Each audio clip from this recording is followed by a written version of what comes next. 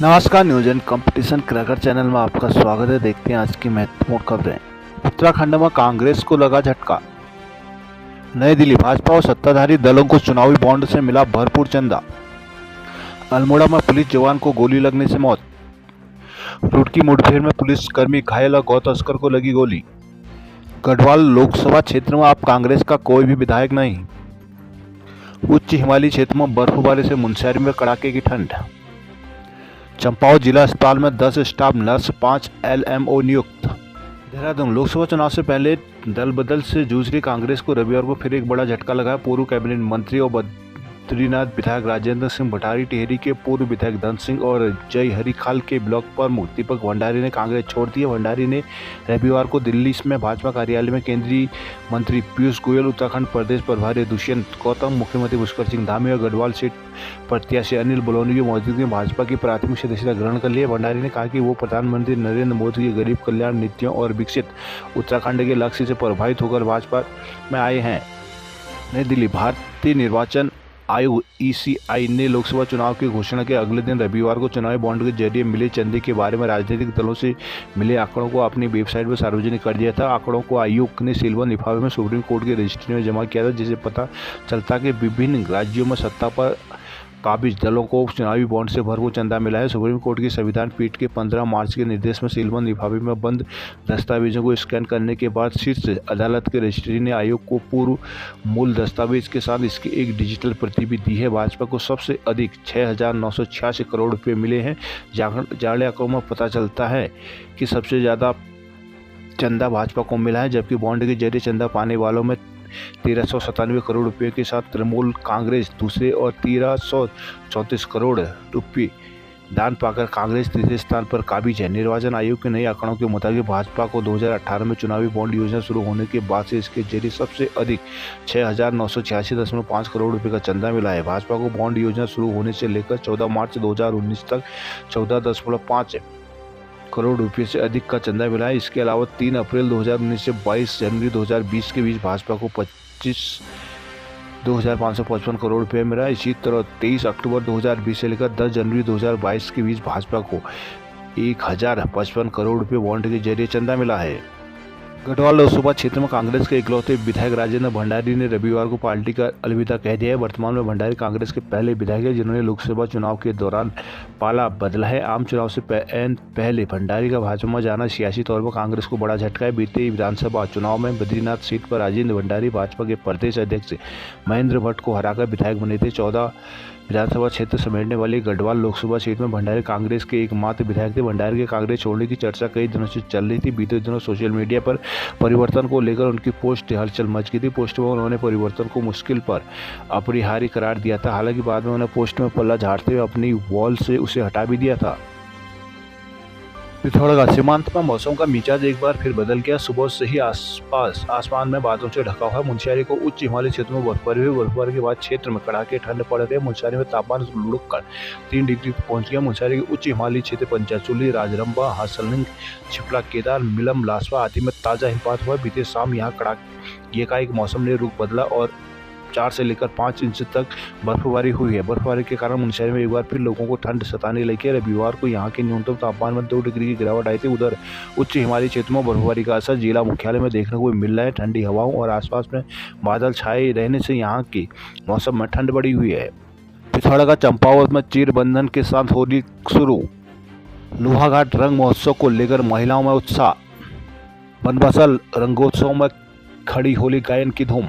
चंपावत में 5 से 14 किलोमीटर तक पैदल चलेंगी 17 पोलिंग पार्टियां। अल्मोड़ा की 6 विधानसभाओं में बनेंगे 6 सखी बूथ। बागेश्वर जिले में 4,575 सर्विस मतदाता।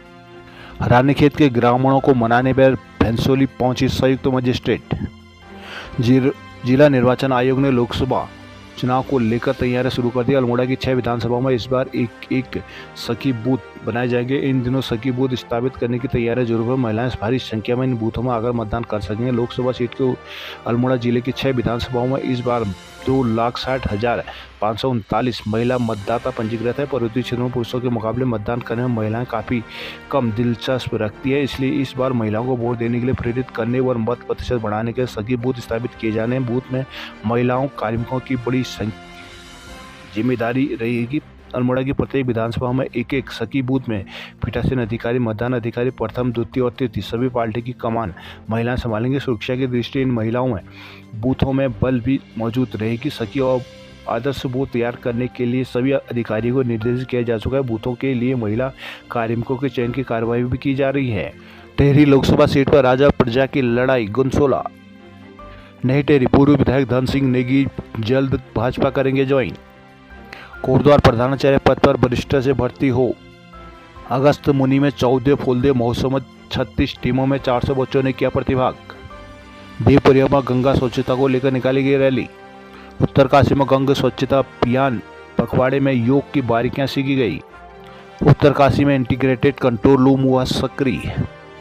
हल्द्वानी में जल्द बीआरपी सीआरपी भर्ती की तैयारियां। टेहरी लोकसभा सीट से कांग्रेस के प्रत्याशी जोत सिंह गुनसोला ने कहा कि लोकसभा टेहरी पर सीधी लड़ाई राजा और प्रजा के बीच है। प्रजा का पलड़ा भारी रहेगा। बात उन्होंने रविवार को जिला मुख्यालय में आयोजित पार्टी बैठक में कही। इस दौरान उन्होंने पत्रकारों से भी बात की। गुनसोला रविवार को मां सुरकुंडा के दर्शन कर चंबा होते हुए नई टेहरी पहुंचे। यहाँ पहुंचने में बोराड़ी चौक में कांग्रेसियों ने फूलमालों से उनको स्वागत किया। चंबा में कांग्रेसियों आम लोगों से मुलाकात करने के बाद उन्होंने सामुदायिक मिलन केंद्र बोराड़ी नई टेहरी में आयोजित बैठक में शामिल हुए। गुनसोला ने कहा कि प्रत्येक बूथ को मौजूद करने की जरूरत है। बूथ जितना मजबूत होगा, जीत भी उतनी ही मजबूत होगी। कहा कि देश में डिक्टेटरशिप चल रही है, जिसे रोकना जरूरी है। संविधान के साथ छेड़छाड़ की जा रही है, जिससे देश में नफरत का माहौल बन रहा है। देश को बचाने के लिए कांग्रेस को लाना कांग्रेस को विकास की धुरी है। उन्होंने कहा कि राष्ट्रीय स्तर मुद्दों के साथ राष्ट्रीय चुनाव में कांग्रेस मैदान में है। भाजपा की सरकारों ने महिलाओं युवाओं को छलने का काम किया। अंकिता भंडारी को इस प्रदेश में न्याय नहीं मिल पा रहा है। अग्निवीर जैसी भावनाओं से युवाओं के साथ धोखा किया जा रहा है। पेपर लीक के मामले में भाजपा सरकार का पर्दाफाश हुआ है। युवाओं को छला गया। पूर्व सैनिकों के साथ अन्याय, 1 रैंक 1 पेंशन नहीं दी जा रही है। ओपीएस के लिए कर्मचारियों को परेशान किया जा रहा है। अगस्त मुनि में 14वां फूलदेव महोत्सव और घोघा यात्रा कार्यक्रम धूमधाम से मना। जिले की 36 टीमों के 400 से अधिक बच्चों ने प्रतिभाग किया। घोघा यात्रा के दौरान फुलवारी, फूल डाल योला, अपड़ा खोखा, खूब नचोला जैसे गीतों को गाते हुए फुलारी बच्चों की टोलियां निकली। सांस्कृतिक यात्रा के बाद प्रतियोगिता का आयोजन हुआ। प्राथमिक वर्ग में गुरुकुल नेशनल स्कूल अगस्त्यमुनि प्रथम, प्राथमिक विद्यालय जौली द्वितीय, सरस्वती शिशु मंदिर अगस्त्यमुनि तीसरे स्थान पर रही। जूनियर वर्ग में रायका कंडारा प्रथम, सरस्वती विद्या मंदिर अगस्त्यमुनि द्वितीय, Gurukul national high school Agastyamuni तीसरे स्थान पर रही। बेस्ट घोघा का पुरस्कार बुरांस घोघा टीम विजयनगर को दिया गया। अकेला घोघा नचाने का प्रयास करने वाले योगेश मालाशी को भी सम्मानित किया गया है। राजकीय महाविद्यालय देवप्रयाग में आज़ादी के अमृत महोत्सव के अंतर्गत जल शक्ति मंत्रालय भारत सरकार के गंगा स्वच्छता पखवाड़े की शुरुआत हुई। पखवाड़े के तहत महाविद्यालय के छात्र छात्राओं को गंगा के स्वच्छ बनाए रखने के लिए रैली निकालकर लोगों को जागरूक किया। नमामि गंगे प्रकोष्ठ अधिकारी डॉक्टर सुबोध कुमार ने छात्र छात्राओं को गंगा स्वच्छता पखवाड़े के अंतर्गत महाविद्यालय में होने वाली प्रतियोगिताओं के बारे में जानकारी दी। साथ ही छात्र छात्राओं को इस अभियान में बढ़ चढ़कर हिस्सा लेने के लिए प्रेरित किया गया। इस अवसर पर महाविद्यालय के प्रभारी प्राचार्य डॉक्टर लीना पुंडी ने छात्र छात्राओं को गंगा को स्वच्छ और प्रदूषण मुक्त करने की शपथ दिलाई है। त्रूणी गांव में छात्र छात्राओं ने गंगा को स्वच्छ रखने के लिए जागरूकता रैली निकाली। रैली के माध्यम से ग्रामीणों को गंगा की स्वच्छता बनाए रखने का भी आह्वान किया है। हल्द्वानी शिक्षा विभाग जल्द ही सीआरपी बीआरपी के पदों को आउटसोर्स से भरने की तैयारी में लगी हुई है। समग्र शिक्षा उत्तराखंड ने 955 पदों में भर्ती के लिए कौशल विकास और सेवा योजन विभाग से सहयोग मांगा है। इस संबंध में राज्य परियोजना के निदेशक बंशीधर तिवारी ने सेवा योजन विभाग को रोजगार प्रयास पोर्टल के देहरादून स्टेट नोडल कार्यालय को पत्र भेजा है। सेवानिवृत्त शिक्षक भी भर्ती का हिस्सा बन सकेंगे। मानदेय 40,000 रुपये प्रति माह रहेगा। हालांकि अब आचार संहिता के बाद भर्ती की योजना है। समग्र शिक्षा अभियान के तहत ब्लॉक रिसोर्स पर्सन बीआरपी और संकुल रिसोर्स पर्सन सीआरपी की नियुक्ति की जाएगी। पूर्व में इन पदों में शिक्षकों को यह जिम्मेदारी दी जाती है। बाद में पदों को आउटसोर्स के माध्यम से भरे जाने का निर्णय लिया गया। 2022 में इस संबंध में आदेश भी जारी हुआ। हालांकि भर्ती की प्रक्रिया और स्पष्ट नियमावली न होने से अब तक सीआरसी और बीआरसी के पदों पर सरकारी स्कूलों के शिक्षक ही कार्य कर रहे हैं। उधर 15 मार्च को समग्र शिक्षा उत्तराखंड के राज्य परियोजना निदेशक बंशीधर तिवारी ने क्षेत्रीय रोजगार कार्यालय को पत्र भेजा, जिसमें बीआरपी के 285 और सीआरपी के 670 पदों को भरे जाने के लिए रोजगार प्रयास पोर्टल व समग्र शिक्षा उत्तराखंड में लॉगिन आईडी बनाने का भी अनुरोध किया है। देहरादून भाजपा के गोरखा प्रकोष्ठ के सम्मेलन में गोरखा समाज ने मांगा प्रतिनिधित्व। भाजपा प्रदेश अध्यक्ष महेंद्र भट्ट ने गोरखा समाज से लोकसभा चुनाव में सहयोग मांगा है। उन्होंने कहा कि गोरखा भारतीय सेना में अपना वीरता और अनुशासन के लिए जाने जाते हैं। प्रदेश सरकार गोरखा समाज के उत्थान के लिए लगातार प्रयासरत रही है। भाजपा गोरखा प्रकोष्ठ ने लॉर्ड बैंकेटिव बैंडिंग पॉइंट में आयोजित गोरखा सम्मेलन में उत्तराखंड में गोरखा कल्याण परिषद के गठन की मांग की। मुख्य अतिथि भाजपा प्रदेश अध्यक्ष महेंद्र भट्ट ने दीप जलाकर कार्यक्रम शुभारंभ करते हुए कहा कि गोरखा समाज को भाजपा से काफी उम्मीदें हैं। भाजपा उन उम्मीदों पर खरा उतरने का प्रयास करेगी। कैबिनेट मंत्री प्रेमचंद अग्रवाल गणेश जोशी ने गोरखाओं को जीवंत समाज की संज्ञा देते हुए इतिहास में गोरखा समाज योद्धा के रूप में अंकित है। टिहरी सांसद माल्या राज्य लक्ष्मी शाह ने लोकसभा चुनाव को लेकर चर्चा की। विधायक उमेश शर्मा काऊ खजान दास ने भी अपने विचार रखे।